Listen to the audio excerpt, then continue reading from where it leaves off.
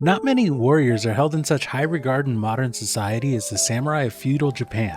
There's something about the samurai code that strikes a chord with so many people out there, and it's no big mystery as to why that is. Honor, duty, loyalty? These are all things that people strive to include in their everyday lives. It's a big part of why tales of the samurai continue to be a big part of Japanese culture in the modern day, and why samurai stories have been popular in the West for such a long time.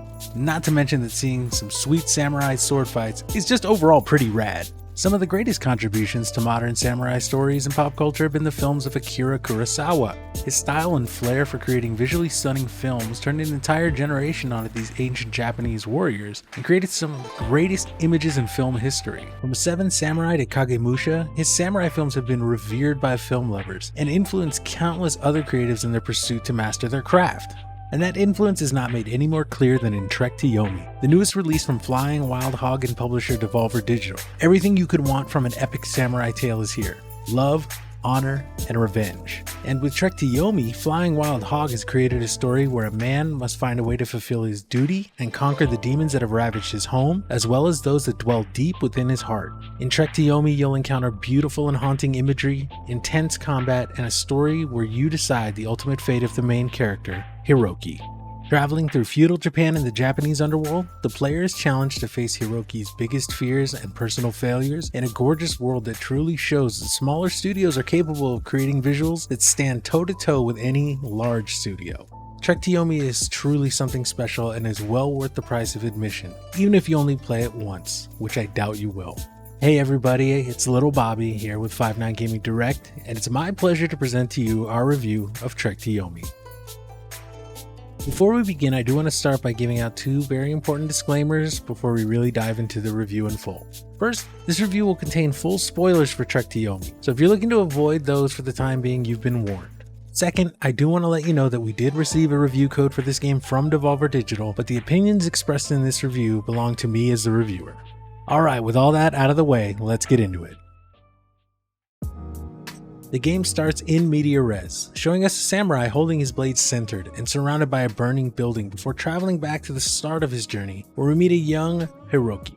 Hiroki is our protagonist and we are experiencing his training as a young samurai warrior.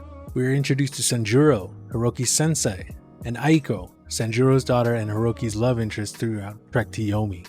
After some training, Sanjuro is summoned by another samurai in the village, Morimitsu, who claims that Sanjuro is needed at the city walls. After being commanded to stay, Aiko gives Hiroki the excuse he needs to follow his master and make his way toward the main gates himself to assist his master and make sure the city and Aiko remain safe.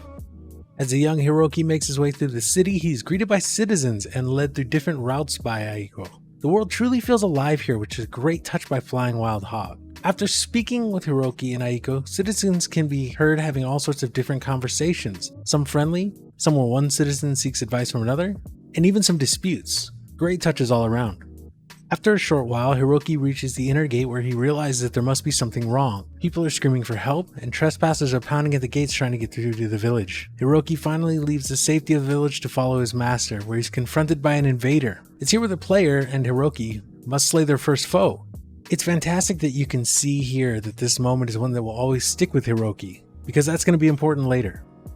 Hiroki continues on fighting off invaders as he seeks out Sanjuro, finally coming to find his sensei fighting off an invading commander, Kageru.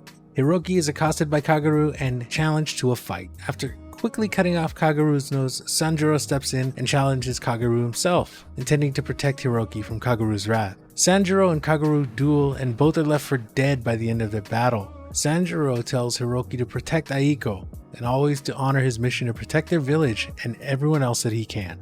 We then cut to Aiko and Hiroki several years later as adults. Aiko has taken over responsibility for their village and Hiroki sits by her side. They're discussing invaders that have attacked the neighboring village of Kamikawamura. He decides to take a group to meet the invaders, but his men are taken during their trip to the forest, leaving him alone. He proceeds through the forest to Kamikawamura, only to find his men tied up and shot once he reaches the lieutenant leading the forces that are invading the village. Hiroki faces off with the lieutenant and slays him, but in his last breath the lieutenant informs Hiroki this was all simply a diversion and that his commander is already attacking Hiroki's own town. As Hiroki returns to his village, he finds it completely overwhelmed by the attackers, and the commander of the opposing forces is none other than Kagaru. the man that struck down Hiroki's sensei and attempted to raise Hiroki's village when he was just a boy. Kagaru informs Hiroki that he's already killed Aiko, and Hiroki strikes out in a blind rage. Sensing Hiroki's weakness, Kagaru quickly strikes down Hiroki while Hiroki loses consciousness. Hiroki then wakes to find himself in a place that he's never seen before. He sees Aiko and follows her deeper into this strange new world that he finds himself in. As he follows her, he finds himself fighting hellish creatures and seeing more and more disturbing images that seem to drive those occupying this unknown space to madness. Still, he's persistent in following Aiko to this new place, trying to reunite with her. Once he finally does catch up to her, she turns into a monster and attacks him, which forces him to slay her in order to save himself. Upon defeating her, she reveals that they are together in Yomi, the Japanese land of the dead. This is a trial for Hiroki, and he must make a choice. These choices are simple, but lead to one of 3 endings that we're going to discuss a little later on. As Hiroki continues further through Yomi, he is confronted by the horrors of his past. He runs into underworld forms of Morimitsu, the leader of the group of men he took to Kamikawamura. He also sees a vision of the first man whose life he took during the first invasion when he was just a boy. Hiroki even runs into Sanjuro, his sensei. All of these things are meant to test Hiroki, to break him, and doom him to his fate in Yomi. Hiroki passes all of the tests that Yomi throws at him until he finally is confronted by a vision of himself. After slaying the worst version of himself, he's given a final choice before returning to the land of the living to stop Kagaru and protect his people. During the final battle with Kagaru, it's revealed that perhaps Kagaru traveled through Yomi as well, and chose to return with a vengeance, and sought to exact his revenge on the village that sent him there in the first place. Hiroki slays Kagaru, and the game ends with one of 3 endings, depending on the player's choices throughout the Yomi section of the game. In the first ending, we chose duty, which leads Hiroki staying in the land of the living after stopping Kagaru. He stays in order to uphold his promise to his sensei and assure protection for his people for all of his life.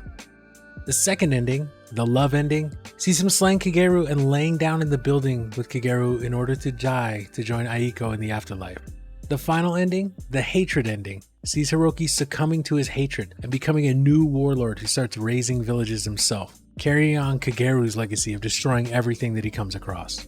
A simple story overall, but one that definitely touches on what makes a classic samurai tale. I think the story serves its purpose here, and I was genuinely surprised by the actual passing through the spirit realm for Hiroki. It added a sense of depth and purpose to a man who felt like he had failed. Having to confront all his demons throughout Yomi was definitely not something that I expected, having seen all the trailers and promotional materials for the game. Flying Wild Hog went to great lengths to hide every bit of the Yomi section, and I personally think it paid off. With the powerful themes of love, duty, and honor being executed masterfully here, I'm looking forward to more excellent stories being told by the studio in the future. For this review, you're likely going to see a majority of the footage that's captured from my second or third playthrough, where I played the entire game on easy mode. I did this so I could have an opportunity to play through and experience all 3 endings with the limited amount of time that we did have before this review needed to go live. In the footage you see here, you'll see that I essentially tear through most enemies with 1 or 2 hits, which is something that I would expect on an easy mode playthrough of a game. Easy mode is meant to be accessible to someone who wants to experience the story, but might not be the strongest player, and I'm fine with that. However, I will say that the gameplay on the normal or medium difficulty presents a moderate challenge, especially in the later parts of the game that take place in Yomi.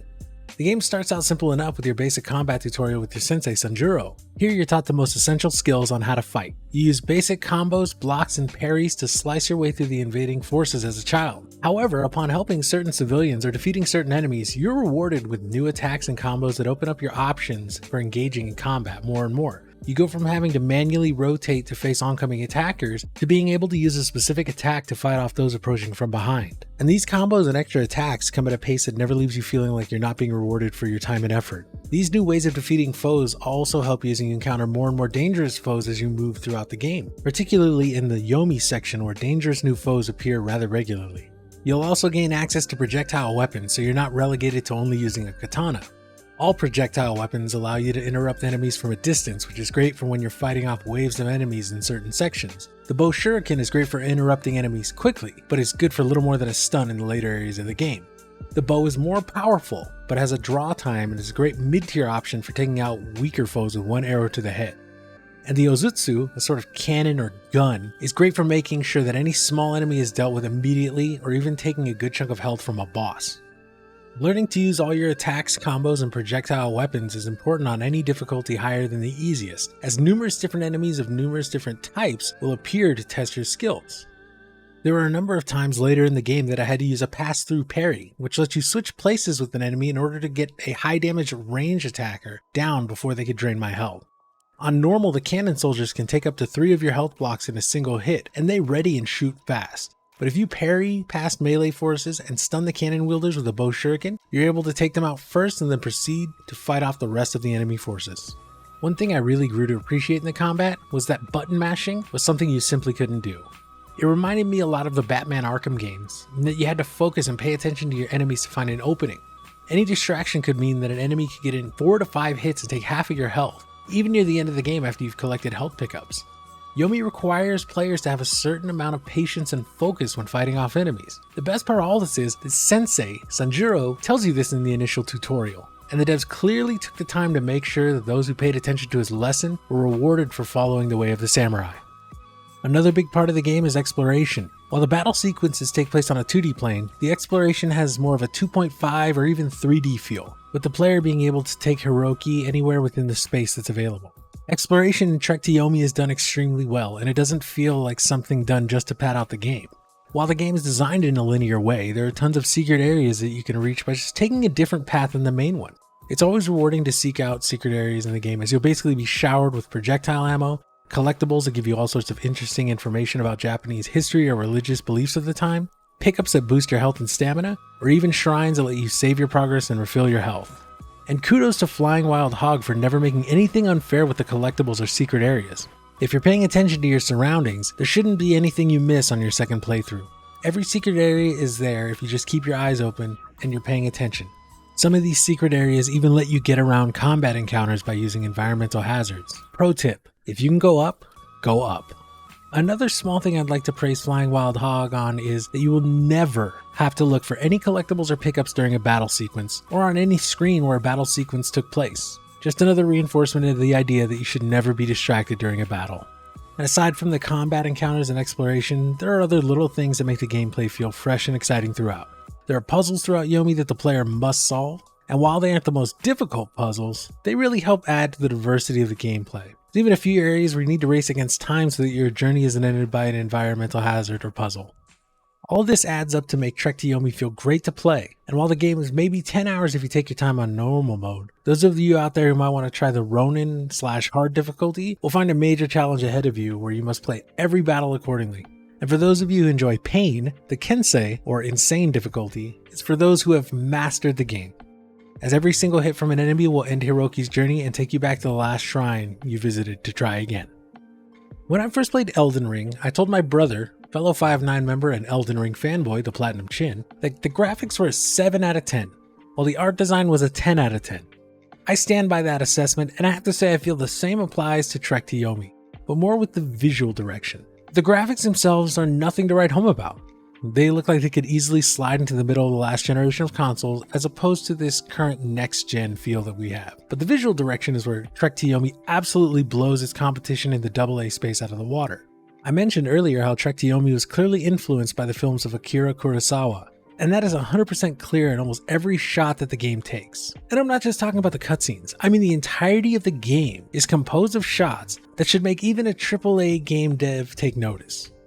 The goal of Trek to Yomi was to create a love letter to classic samurai films, and we see it here in spades. For those of you who might not be familiar with his work, Akira Kurosawa was all about motion in his films. There's almost never a time where something wasn't moving in a shot, and we see that spirit here in Trek to Yomi. If you're standing still, there's almost always something in the background keeping you engaged with what's happening on the screen. From rainfall and lightning strikes to flames tearing through a village as you make your way through. During battle sequences, you'll see this background action somewhat toned down, as the focus on your fights is what the game devs are aiming for in these moments. Seeing your fights with swordsmen atop a burning building be interrupted by a set of archers launching burning arrows in your direction, all standing on rooftops with the wind whipping around, is a sight to behold.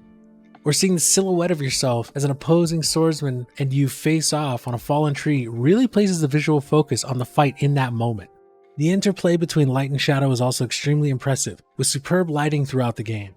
One of my favorite moments in the whole game was a fight in a building that was on fire, with the shadows of Hiroki and his enemies dancing along the walls in the background as the fight rages in the foreground. And the visuals in Yomi are even more incredible. Again, we almost always see some sort of motion here, with campfires raging in the villages of twisted creatures that attack Hiroki early during his journey, to the ground itself moving to create paths for the player to traverse. What's even more striking is when the player acquires a spiritual orb near the end of the game. The orb is used as a tool to activate obelisks that move the player quickly through the different areas of Yomi, but also provides extreme variations in lighting that creates even more dynamic, dramatic shadows as you move through the ethereal spaces of the underworld. Yomi is also full of all manner of nightmare scenarios as you quickly go from a small village to a cave area with what appear to be egg sacs that sprout spider legs and lash out at the player as they explore and battle their way through. From that, you make your way through temples seemingly being ensnared by dragons, burning villages, and docks being barraged by hurricanes, all within minutes. It's an appropriately hellish landscape that Flying Wild Hog brought to life with amazing creativity, and I found myself noticing more and more details with every playthrough. I feel like I can't even truly do the justice in this review, just something that I would recommend that you play for yourself to experience. Sure, sword fights are cool, and the story is solid, but the visual style sells the whole package as a true love letter to classic samurai films.